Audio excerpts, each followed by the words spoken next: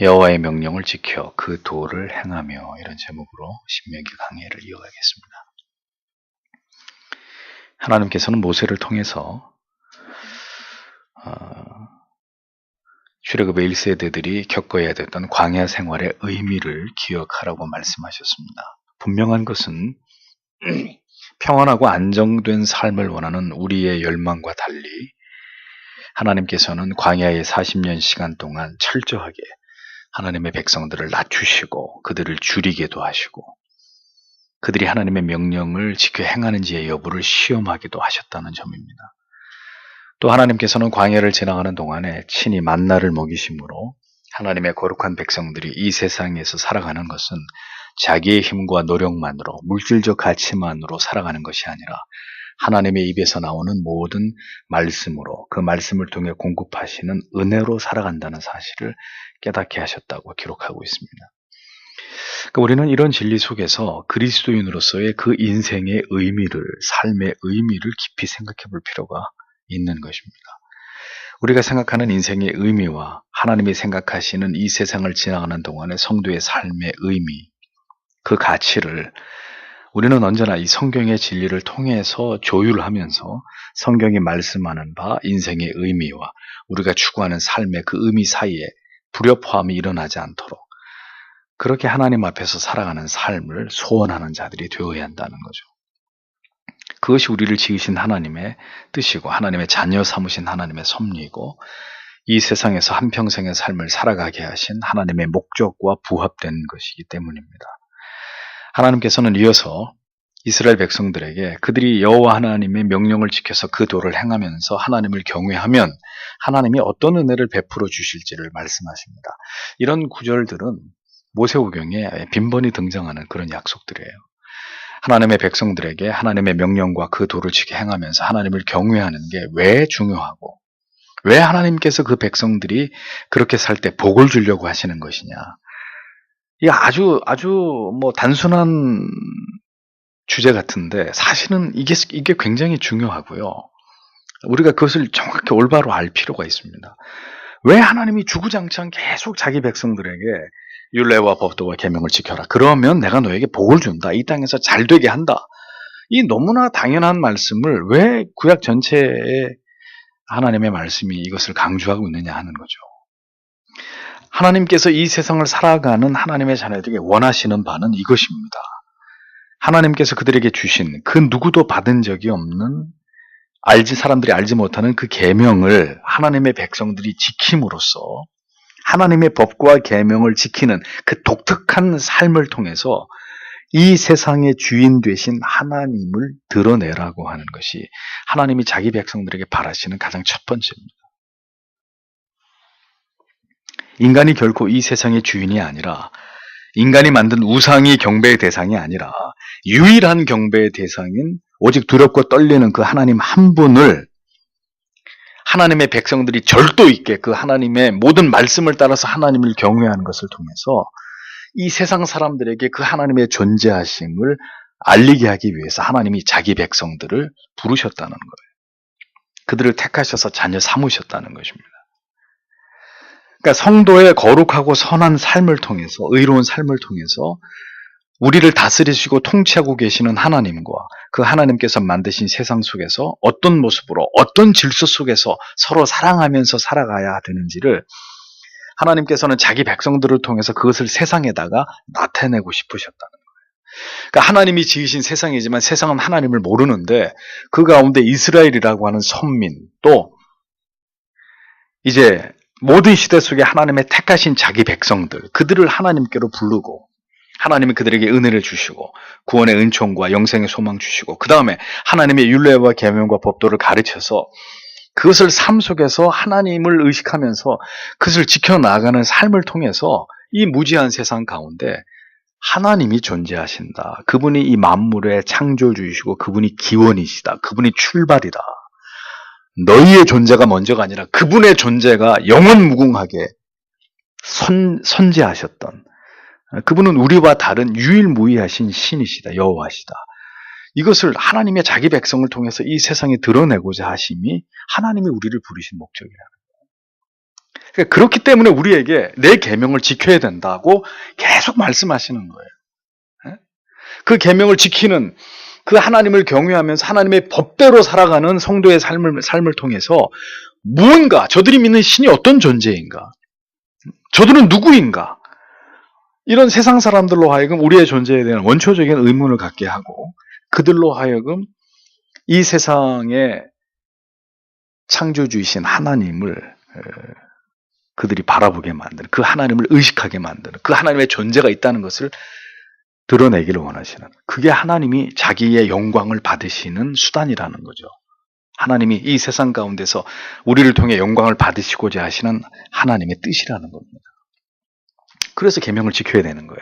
계명을 안 지키면 벌을 받고 계명을 지키면 복을 받고, 그 차원이 아니고요. 그렇게 해야 우리를 통해서 하나님이 이 세상 가운데서 높임을, 그분의 존재하심이 나타날 수 있기 때문이라는 거죠.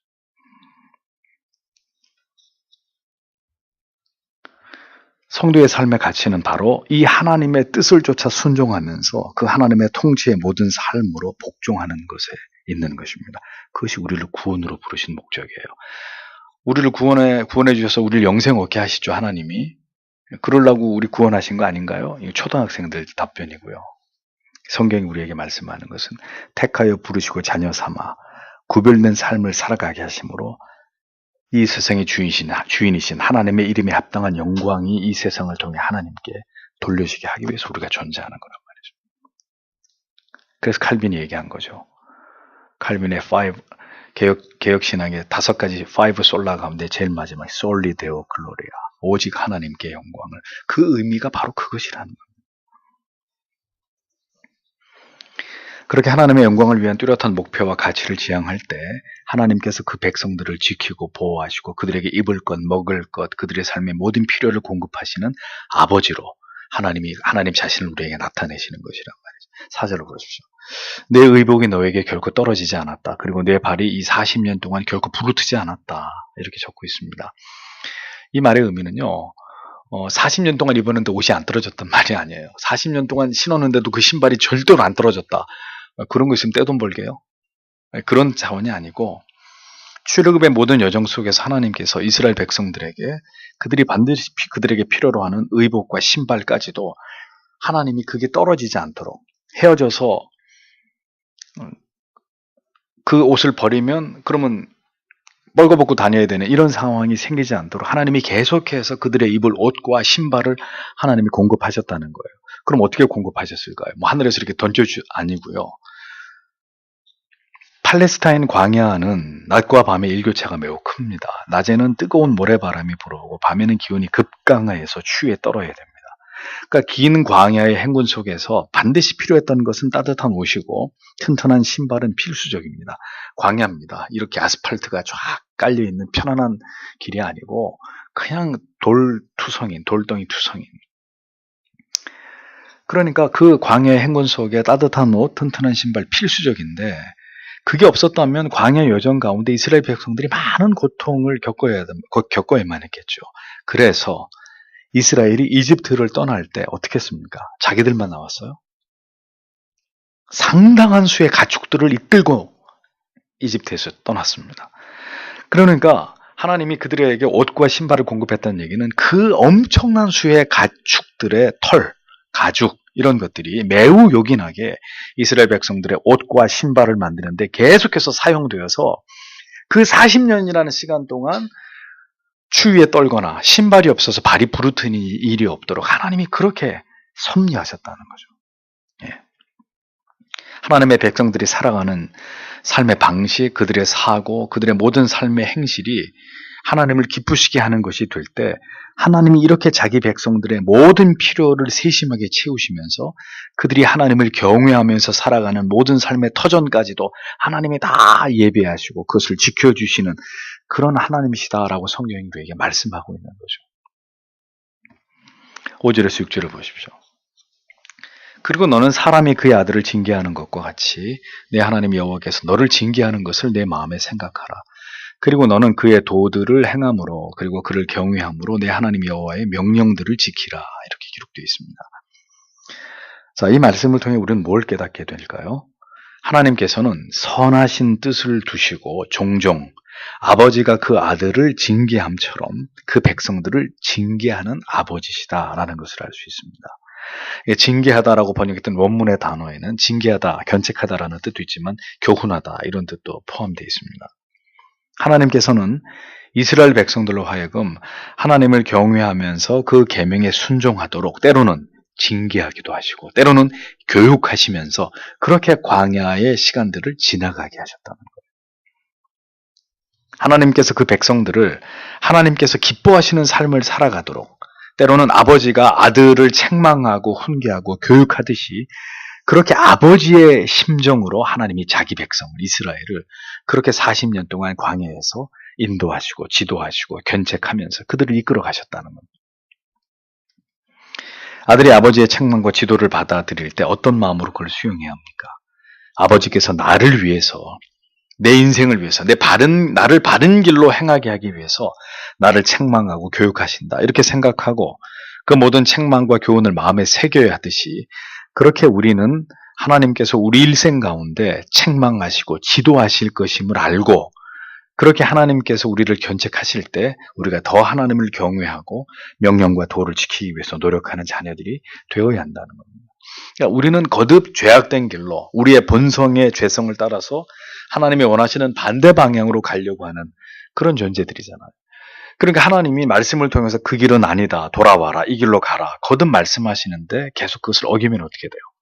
아버지가 아들을 책망함처럼 하나님은 우리를 징계하시는 거예요. 그리고 그 길이 아니다, 이 길이다 지도하시는 거예요. 교훈하시는 거죠.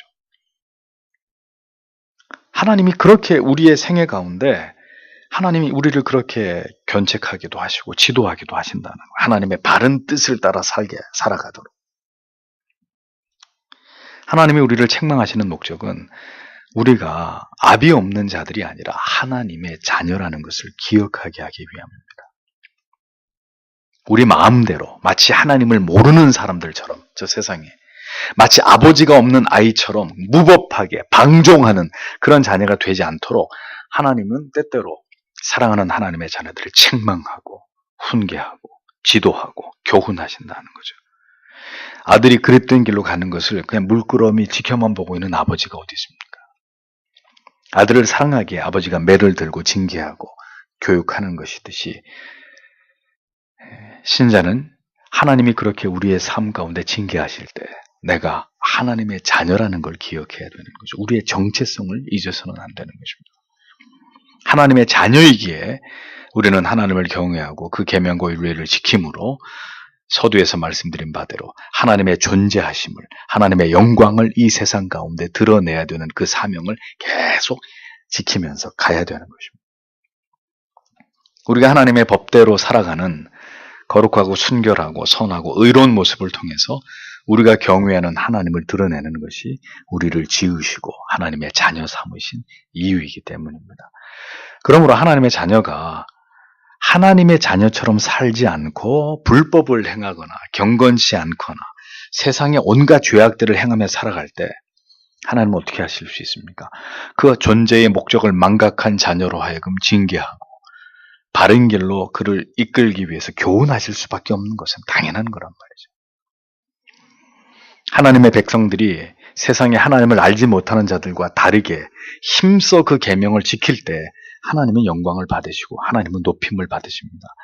왜 예수님께서 너희의 의가 서기관과 바리새인보다 더 낫지 못하면 결단코 천국에 들어가지 못한다. 왜 이 말씀을 하셨겠습니까? 하나님의 자녀들 가운데 누구도 하나님의 율법과 계명을 가볍게 여겨도 될 자가 없기 때문입니다. 신자가 이 세상에 존재하는 이유가 하나님의 계명을 지키기 위함이잖아요. 그것으로 구원을 얻고자 함이 아니라 하나님을 드러내기 위함이잖아요. 세상에 하나님을 안 믿어도 그들이 추앙하는 도덕, 윤리, 자기들의 어떤 상식, 교양, 철학을 지키면서 반듯하게 살려고 하는 불신자들도 많이 있습니다.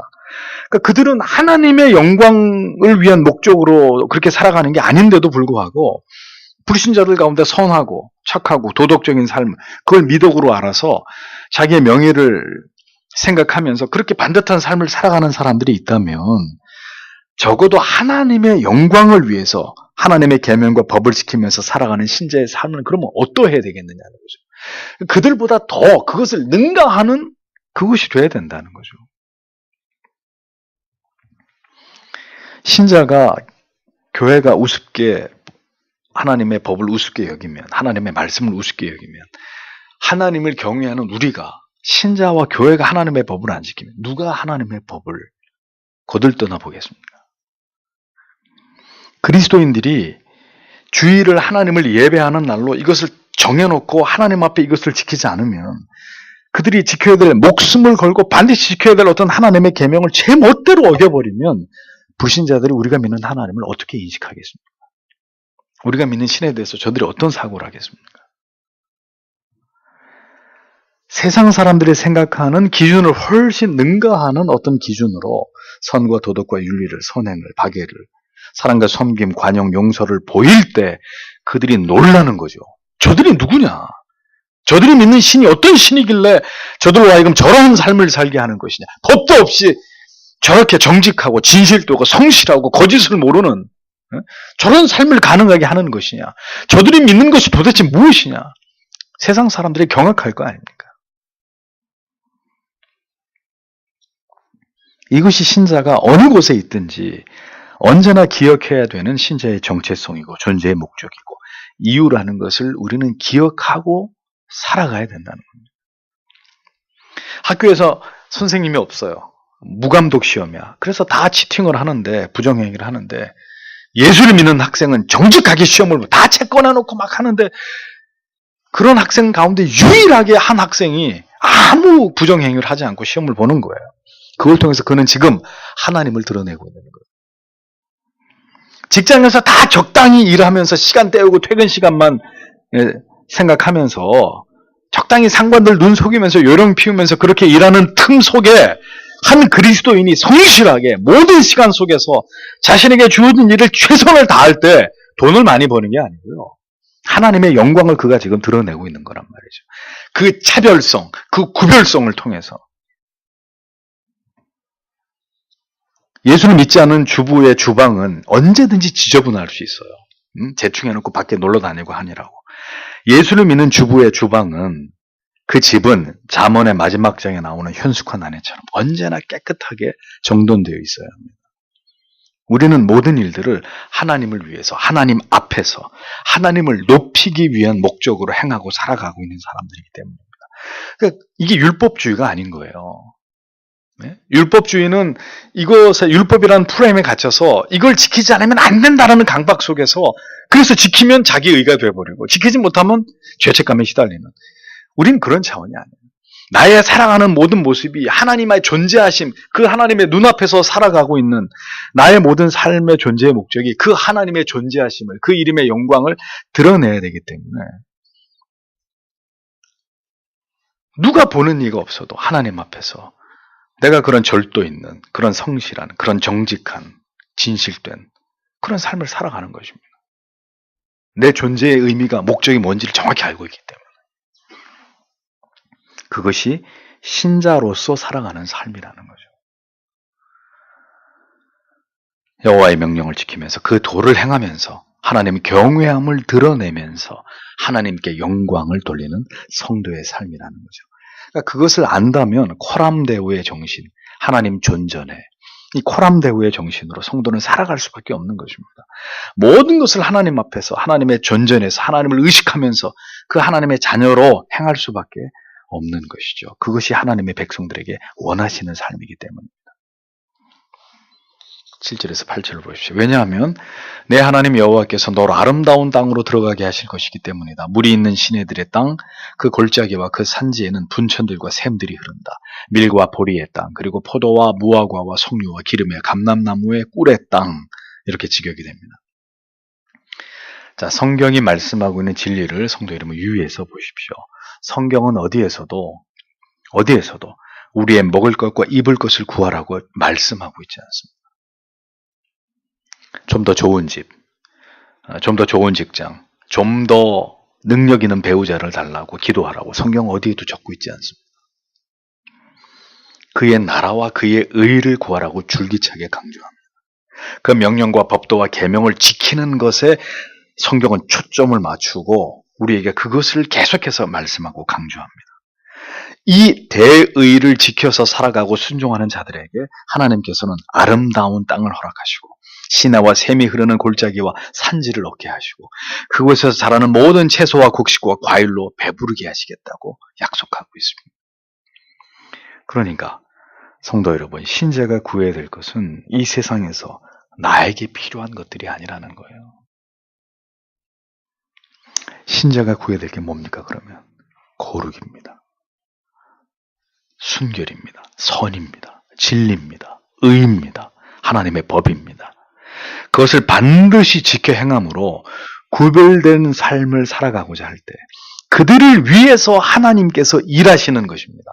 그들이 먹고 입고 신고 다니고 공부하고 직장을 다니고 결혼을 하고 자녀를 낳아서 잘 키울 수 있는 이 땅에서 그리스도인으로서의 삶을 영위할 수 있는 모든 필요를 하나님이 여러분에게 공급하시는 것입니다. 오늘을 살아가는 다수의 그리스도인들은 이 본질적인 성도로서의 존재의 이유와 목적을 구하지 않습니다. 그들의 1순위는 자기의 진학, 취업, 직장, 사업, 성공, 출세, 돈, 명예, 육신의 안위, 건강 이런 것들입니다. 하나님이 원하시는 바는 그 하나님이 원하시는 강구는 어디에서도 찾아볼 수가 없는 거예요. 잘못된 신앙입니다. 존재의 이유와 목적조차도 알지 못하는 근본부터 잘못된 믿음입니다.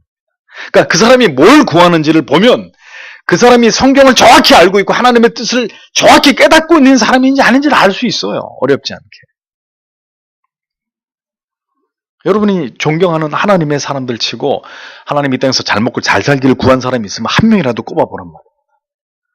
모두 다 하나님의 영광, 하나님의 뜻, 하나님이 이 땅 가운데서 행하고자 하시는 바에 하나님 저를 써주십시오. 하나님 그렇게 행하기를 원합니다. 하나님 영광 받으시기 원합니다. 전부 다 그런 기도를 하나님 앞에 드리지 않습니까? 기독교인들이 이렇게 많고 교회가 이렇게 많은데도 불구하고 여러분 지금 이 사회가 나아가고 있는 방향을 보십시오. 여러분 우리가 힘써 하나님의 계명을 지키고 그 법을 지키기 위해서 저항하고 있습니다.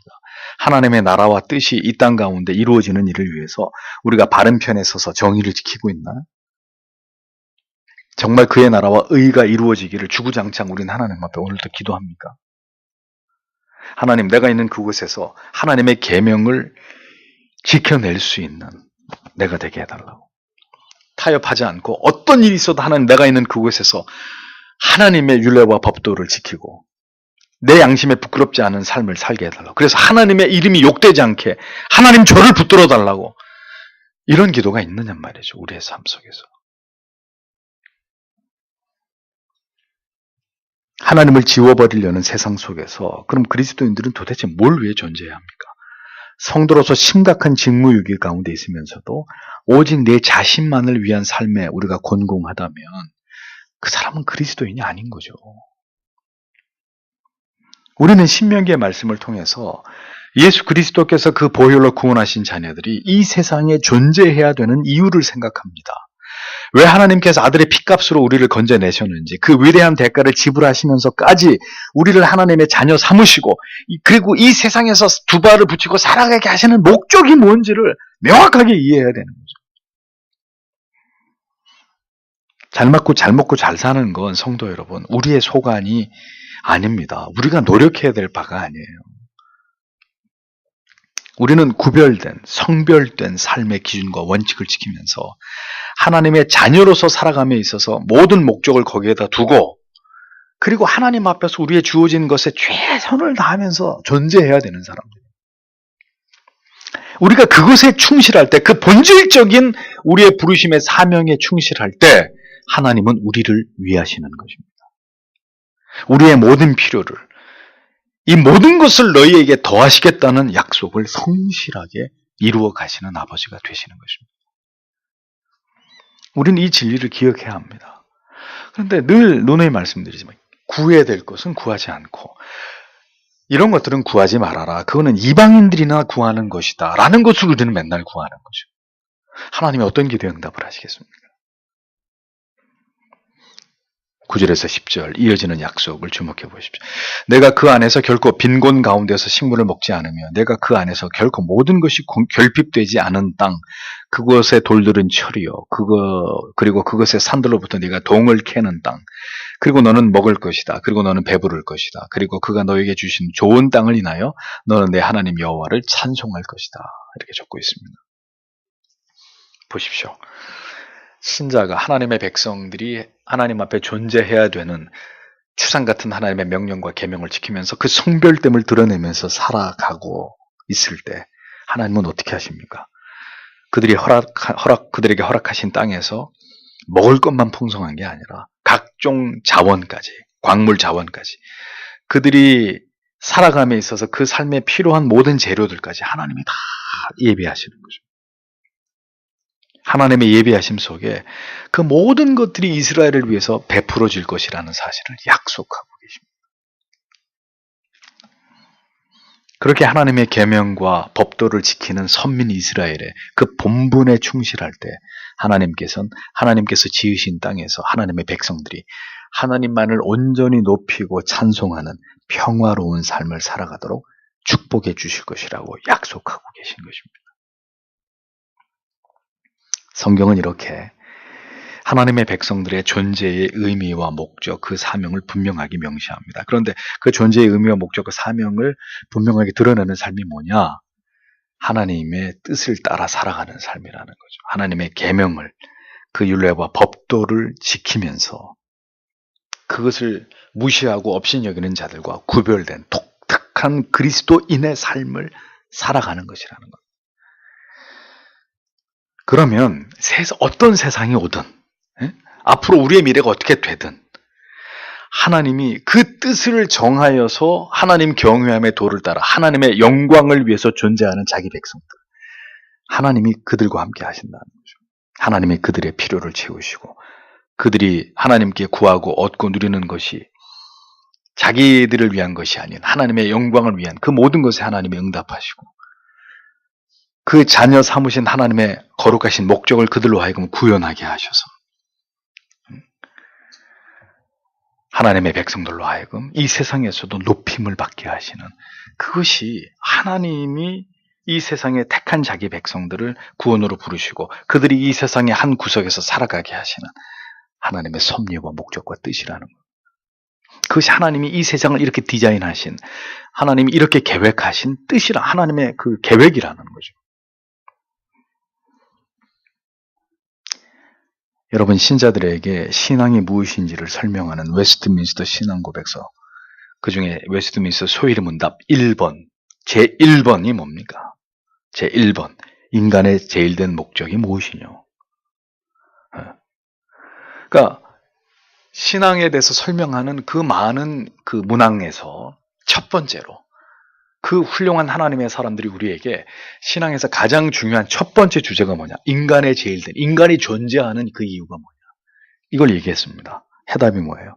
하나님을 영원롭게 하고 영원토록 그를 즐거워하는 것. 그게 뭐냐고요? 그게 하나님의 계명과 율례와 법도를 어떤 세상이 오든 하나님이 우리에게 말씀하신 그것을 지켜나가면서 그 신앙의 지조와 절개와 그 하나님의 말씀을 향한 굽어지지 않는 우리의 올곧음을 이 세상에 드러내는 그래서 그 하나님을 영원롭게 하고 그 이름의 영광을 드리는 여러분 그게 우리의 존재의 목적이라고 우리의 믿음의 선조들이 성경을 통해서 우리에게 그걸 가르쳐주고 있잖아요. 제1번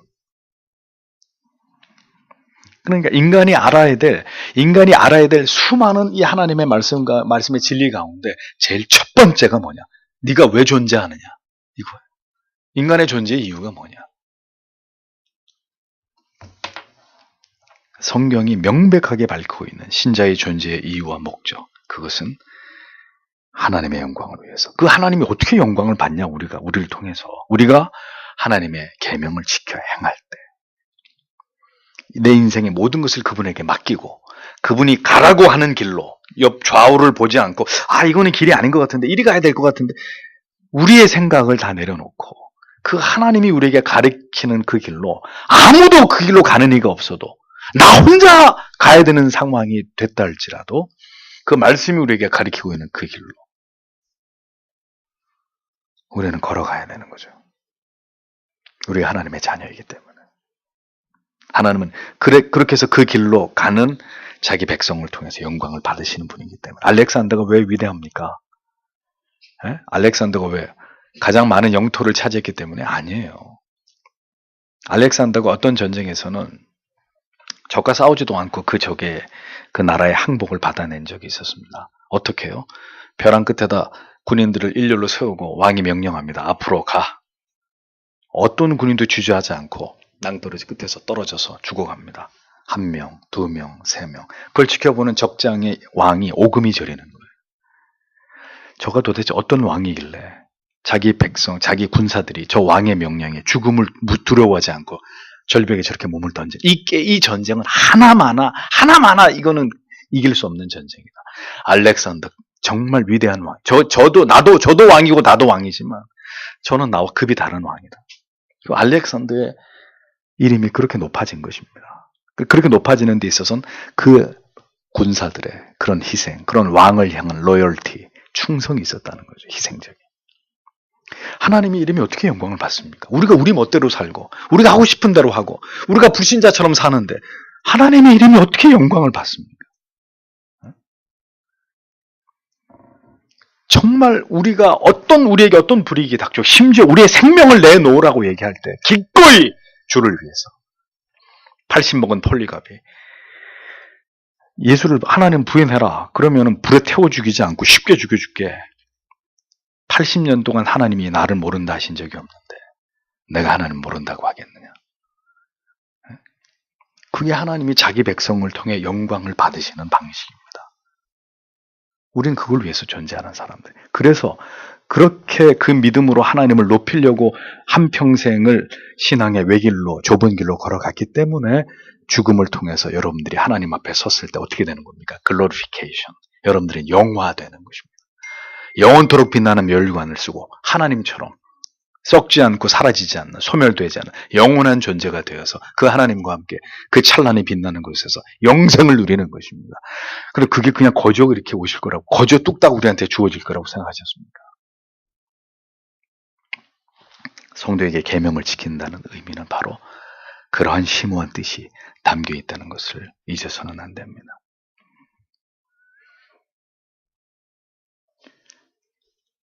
우리의 모든 삶이 정확히 이 뜻을 지향할 때 이 땅에서의 삶 또한 행복하고 감사와 찬양이 넘치는 삶이 될 것이지만 만약에 이 하나님의 부르심의 본질적인 목적과 뜻에 따라 살아가지 않을 때 성도의 삶은 괴로움과 고통과 두려움으로 점철되는 삶이 될 수밖에 없을 것입니다. 부디 우리의 부르심과 그 분명하신 뜻을 따라서 우리와 우리의 자녀들이 그렇게 하나님 앞에서 살아가도록 하나님께서 바른 길로 우리를 인도하시고 우리의 영혼과 마음과 생각을 지도하시고 그분이 장악하셔서 하나님께 영광을 돌리는 그러한 삶을 향해 우리의 삶의 수레바퀴를 하나님께서 굴려주시고 인도해 주시기를 오늘도 하나님 앞에 다 함께 간절히 기도하고 돌아가기를 원합니다. 기도하겠습니다.